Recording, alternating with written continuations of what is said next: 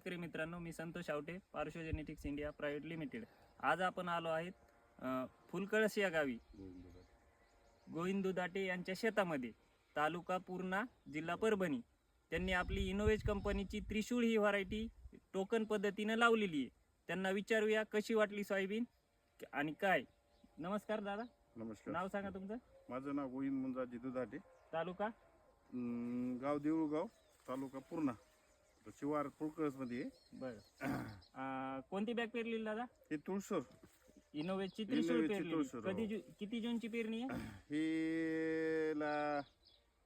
40-45 दिवस झाले. 40-45 दिवस झाले, म्हणजे एक 15 जूनची पेरणी आहे. हो, कशी 15 वाटली जून. तुम्हाला सोयाबीन? एकदम खूप छान आहे. हिच्यावर सगळ्यात महत्वाचं म्हणजे रोग नाही कुठला. आता याची एकच फवारणी केली आहे, फक्त एकच फवारणी केली. दीड एकच महिन्यामध्ये फवारणी. एक हो, फवारणी केली. एकच फवारणी केली.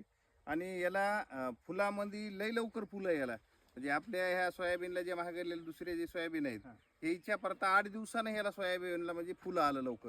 फुलधारणा लवकर झाली. फुलधारणा लवकर झाली. आणि आता बघू शकता तुम्ही, बघा सगळं टोटल असं म्हणजे माल आता म्हणजे शेंगामध्ये सगळं फुलामधून शेंगात एवढ्या लवकर आले बघा. तर बघू शकता, म्हणजे पुन्हा बुडापासून ते शेंड्यापासून शेंग पुन्हा सारखी आहे. बुडापासून ते शेंड्यापासून शेंग सारखी बघा.